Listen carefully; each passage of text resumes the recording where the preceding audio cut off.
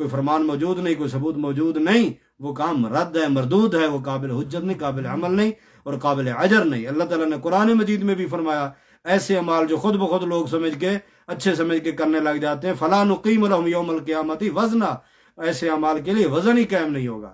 تو بچیے میرے بھائیوں، رجب مہینے میں عام روٹین کے جو آپ راتوں کو قیام کرتے ہو، عبادت کرتے ہو، کرتے رہو۔